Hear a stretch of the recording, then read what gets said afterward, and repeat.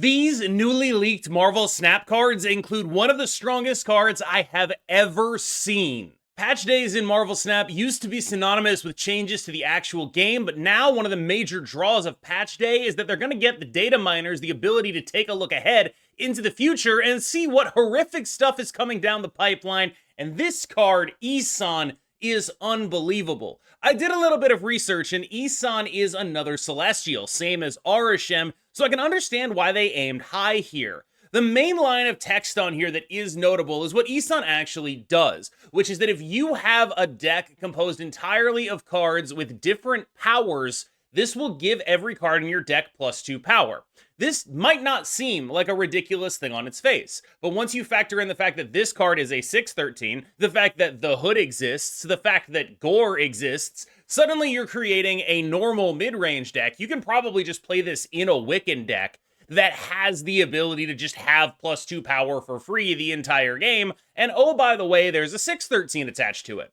I don't know the exact number of free power that it's okay for someone to get in Marvel Snap. I suspect that Proxima Midnight indicates that it's about 7 or so. It's okay to get like 7 free power. It's not okay to get your entire deck +2 power. It just isn't. This is a start of game effect, so it's going to happen the entire game. It's not like you play this guy and suddenly it'll buff all your cards. No, you don't have to play the guy. You just get it. And when you look at the stat line this card has, it's almost like it's costed like a downside. Look at every other 6-cost card and then look at this. Look at very specifically Hulkling, and you can really understand that this is a card that is well beyond the pale. Hulkling releasing at 611 and this card releasing at 613, that can't happen. This ability is so much better than Hulkling that it's actually like not even a conversation, and 13 is more power than 11.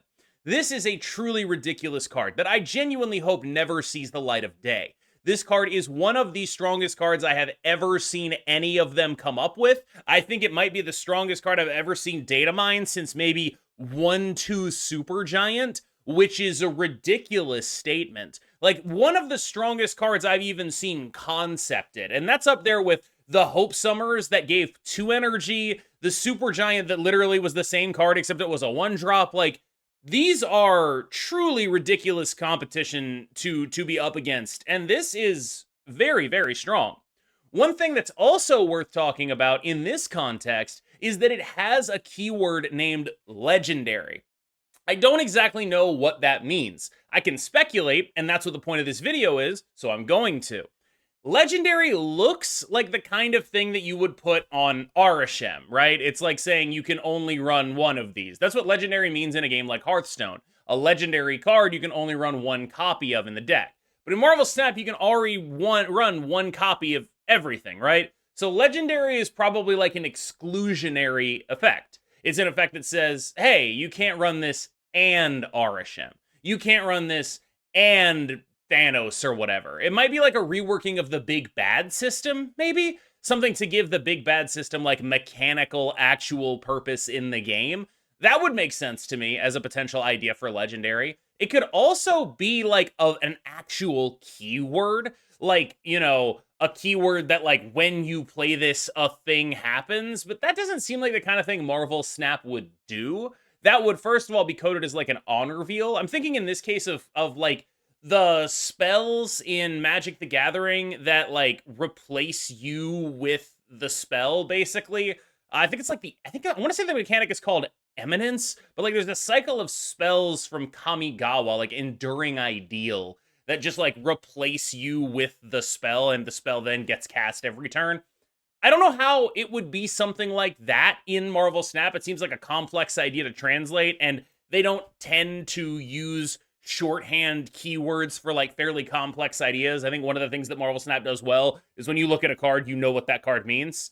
And so my instinct is that Legendary is not a gameplay mechanic so much as it's a deck building mechanic. But I think even with that, it just becomes incredibly easy to concept in my brain. Okay, you have the Hood, you have Gore, that's -3 and -1. Kitty Pryde is 1. Maybe Quicksilver. If you want to be a Quicksilver gamer, you end up doing Quicksilver with this stuff. But I think if you're playing the Hood, you probably want to be one of those 1-drop versions of Wiccan decks.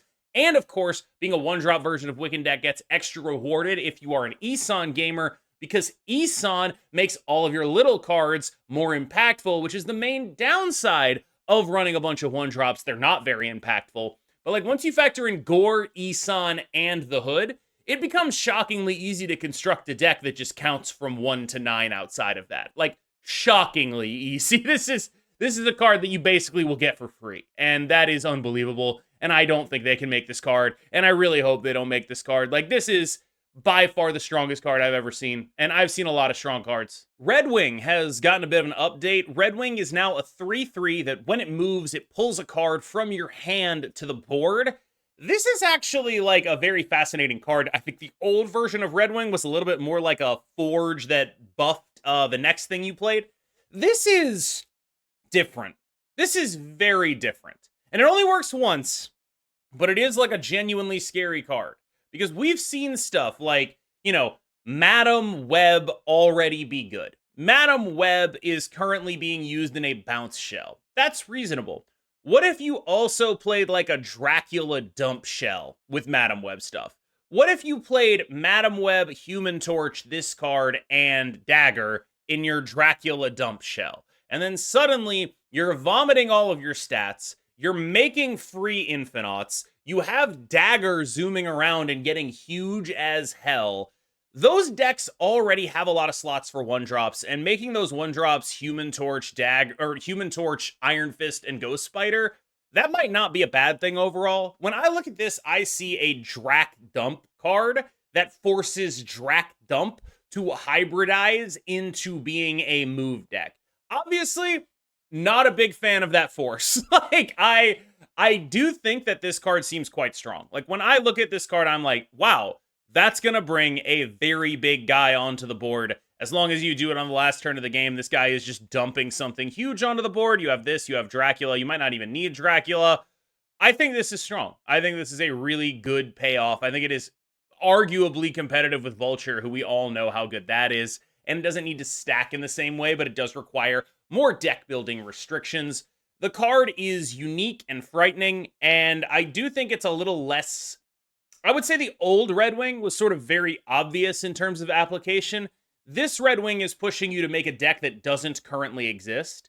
And so while old Redwing might have been easier to grok, to understand, to like grasp on an intuitive level, I think that new Redwing is likely to have higher potential, but also it represents a bit of a risk, I think, because again, whenever you have to make a deck that doesn't already exist for a card like this, it can be difficult to figure that out in the first week of purchasing. And that's the only time when you're allowed to get this card, really. Like, the way that Marvel Snap's system is set up, we're not going to see Redwing in caches for forever. So unless they do something to fix the acquisition system between now and, I think, February. So, you know, unless they do something to fix it between now and then, I'm not really sure what is possible about this card that will make it more easy to understand. I think it has the profile of a lot of cards that like get overlooked and then people are upset that they don't buy, but that doesn't mean that you should buy it, because a lot of those cards also get overlooked for a reason. And I think that ultimately when I look at Redwing, I see a potentially powerful card, a card that will do strong things. I think it is quite good, but it's also finicky and it asks a lot of you in deck building. So the question will become if it's worth making the sacrifices that it asks you to make in deck building. Bluntly, when I look at this card, I see a Splat card. I see a Husky Puppies card. That's who this is for. Cobra was originally datamined as a 3/6 that had like similar text to the 4/10 mostly unplayable card that is Crossbones. As a 3/6 that had that similar text, it wasn't a card that anyone was interested in. It was just like, oh, this sucks. Why are we ever doing this? This is never going in any of our decks. It turns out that they had the same idea. They were like, oh, this sucks. Why are we ever doing it? It's not going in any of our decks. So they made it into like an anti-Arishem card. And I think that's probably a good thing, right? This is currently a metagame where there's a lot of randomly generated cards, whether that be from Arishem or Iron Patriot or all that stuff. Having the ability to just be like, nah, this is mine now, that matters. Having the ability to do that on an activate, meaning that there's counterplay of like play other randomly generated cards in the lane, also matters. I think this card is good. Like, I'm not saying it's going to be in a bunch of stuff. I would wager that it's not necessarily going to be in a bunch of stuff unless we're in a meta like we're in right now. And there was no guarantee that we're going to be in a meta like that when this card comes out. But this card has applications. I feel like there's a lot of room in Marvel Snap for 2/3 hose a specific strategy. Like, there's a lot of room to make armor, but for different strategies. You know how good armor is against the destroy deck? There's a lot of room to do that for other things, right? We've seen Gorgon, I believe, get Datamined, and Gorgon looks like a similar card, where it's like, just there's a lot of room for 2/3 grrr. And I think that makes a lot of sense, where it's like, this is a thing that I would be interested in doing. You're putting it on the stat line where there's a lot of competition at 2/3, especially for upside. But just having a card that is good in a matchup that's like a fairly low impact cost to get in, you have a lot of room for 2/3s in most decks. And I think that that is also a good thing. I think this card makes a lot of sense conceptually. It does a lot of things that I would want this card to do. And I am interested in generally having this card in the game sooner rather than later. I think this is a card that we need right now, not a card that we need in the future. So if they can move up the timeline on getting this card out here, I would love some Cobra. I had to do a little bit of Googling to figure out who the hell Firehair actually was. It turns out she's the host of the Phoenix Force in like 1,000,000 BC or something like that. So it makes sense that she has a power suite that is similar to the current Phoenix Force. However, I think she's getting screwed over by how game mechanics are right now. This is a card that moves one time, and when it moves, revives a destroyed card. That's cool.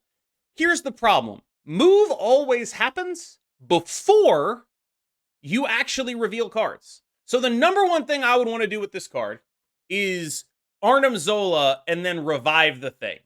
But I can't do that because I have now moved Firehair to the location that I want to Arnim Zola. Firehair dies. The thing that I wanted to Arnim Zola doesn't actually happen because the Arnim Zola happens after the Firehair moves there. I hate that. So what is this otherwise, right? Like, at baseline, a 2/2 that can move is appealing. A 2/2 that can move and prevent Shang-Chi stuff is appealing. But even if you look at like Shang-Chi stuff, it's like, well, that happens when your opponent doesn't have priority most of the time too. Like, a lot of Shang-Chi decks are decks that are like, oh, I'm going to throw priority and then I'm going to final turn Shang-Chi you. And it's like, she doesn't even stop that. And so the major utility that I can see from reviving a card, if you rule out Arnim Zola stuff, Shang-Chi stuff on the final turn, like, you basically don't get to do final turn stuff with this card. The major utility is just like, I don't know, something you blew up with a Venom on turn 5? Is that good enough? It might be. Like there's definitely a world where you can just be like, I'm going to play a big guy over here. I'm going to play like a small package, like Venom Firehair kind of thing. And that way I'm not losing out on any power, and also I get my Firehair to be like a movable, like 9 power dude or whatever. I'll like blow up a Wiccan. I can see that, but it seems a little specific. Like, if this card ends up being around a lot, it feels like it'll be in that sort of small package thing where we have like a splash of like destroy for value stuff. Because the other thing is, like, most use cases for destroy for value are like, I am destroying a Bucky Barnes to get the payoff on the Bucky Barnes. I am destroying the hood in order to get the demon and not have the downside of the hood. A lot of the stuff you destroy for value is stuff that it's not really worthwhile reviving, because when you revive it, you don't get the payoff again. So what is this card actually supposed to do? It feels like I understand the shape this card wants to have, and the most likely thing that it's actually going to do is just like, I play Venom on a big guy and then I revive a big guy kind of deal. And that has to be in concert with a bunch of other stuff. On the other hand, this card is a 2/2 that moves, which means it is actually not asking a lot of you to just get it into your deck, because a 2/2 that moves seems pretty damn good. This is an interesting card, but ultimately I feel like the shape that it's in cuts it off from a lot of the stuff you would want a card like this to be doing. It cuts it off from that final turn utility with Arnim Zola, or like if you don't have Prio Shang-Chi, where like this is actually super relevant. I do think it's kind of interesting in a world where, like, you need, you know, I guess, Fenris Wolf tech, or like anti-mill tech or whatever. Like, it's not bad that we have a card that does that. I just don't know that that is a big enough need that you're going to be running it without any synergy pieces. Last up is Starbrand, who, as far as I can tell, is like the 10 million BC Hulk except he's not really. He bears the Star brand. I know they're really inventive with the naming here. But it seems clear from the design that this is intended to be like a Scar type card, where this is a card that scales off of tens. When I look at this card and I think about how many tens those decks play, this guy's gonna be like 16 to 18 power for 6 energy. That's really strong. It just is. If you're able to like overlap him a little bit with like maybe a Wiccan deck, so you actually aren't giving up a bunch of stuff, maybe he'll be like a 14 or a 16 because you're playing like Arrow and a couple of other tens. That's really strong too. This is actually a case where I think the Eliath nerf makes him a little bit less powerful in the context of like ramping out Wiccan stuff. But this guy, when I look at him, I'm like, oh, that's just a 6 really big. And there's a lot of competition for 6 really big right now. There's tons of Gores running around. There's a bunch of people still playing Red Hulk. There's a lot of big 6s in this game. And this guy will be one of them. And he will be, if you look at the deck building cost, like, he will be in there. They're going to be final turn, this guy plus Scar. They're going to be really hard to beat. Like, that is just not the kind of thing most decks are equipped to deal with. It's still not going to go over the top. But when I look at this card, what I see is a very unique and powerful card.